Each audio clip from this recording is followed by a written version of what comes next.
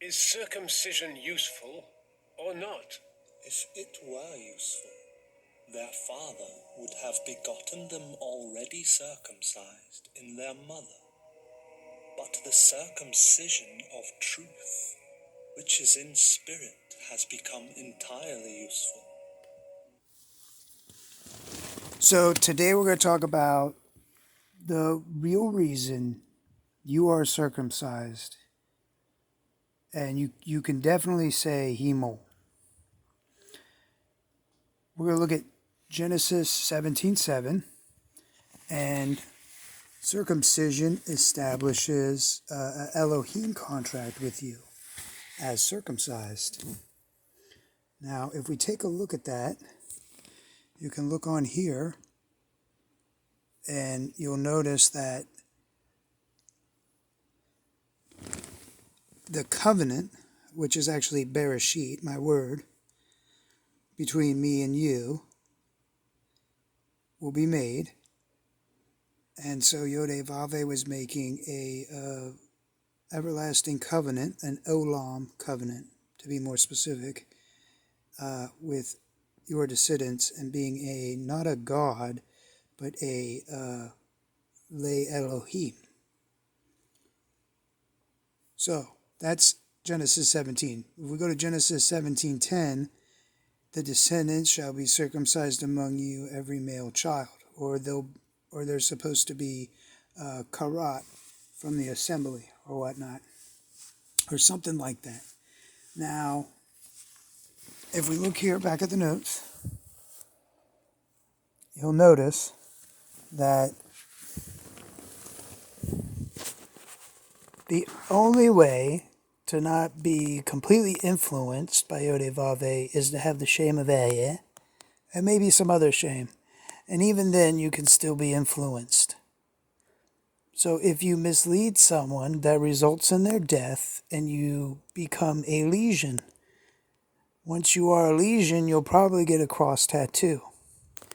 And so, if you have the shame of Ehyeh, or someone tells you the shame of Ehyeh, then you know. And you're not supposed to mislead people back. They have to be out and either working with you or helping you build stuff or whatnot. Anyway, so say you, Genesis 15, you mislead somebody and you tell them to go to church and they get moffated or they die, or you accidentally moffat somebody. In Genesis 15, the mark of protection, an eye for an eye, would be the oat, which would be is what the Ish normally got, because of Cain was an Ish, and he got his oat, which was a cross tattoo. And we can look at my video on Did You Eat Your Oats to see about what an oat looks like, but it looks like the ancient Tav, which is a cross. Next is for you to get any crotch cut off, castrated, or fixed, or maybe a combination of all three, or a combination of two of them.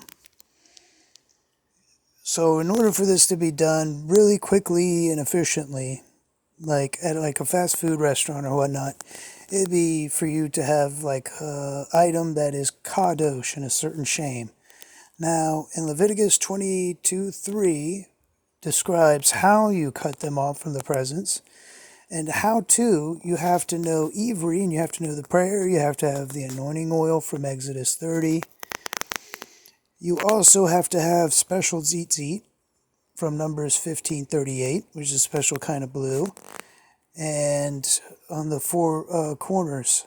You also can do Matthew 18:16, where the mouth of two or three witnesses establishes a davar, a word.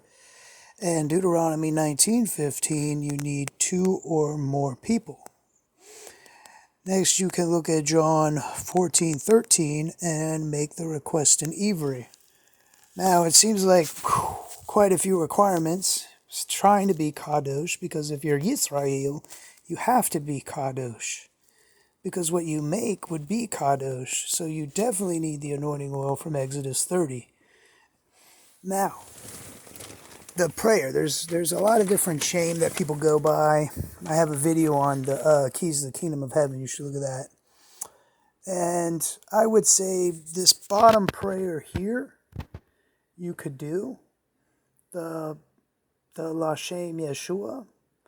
And I recommend, if you want to be specific, you could say Lashem Yeshua HaMelech Yehuda, and then do Yakdishu Malayad Shalanu Barak Hadosh Lashem, and then read some shame from my video.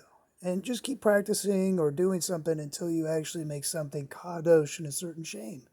And you have to make sure you're anointed and kadosh for each time you do the shame. But whatever you request in that shame should be done based on what I've told you in the videos. If you know Ivri and say it properly. If you don't know Ivri and you don't say things properly, you're most likely not going to have any results. And you'll probably be milchamad or whatnot. So, enjoy.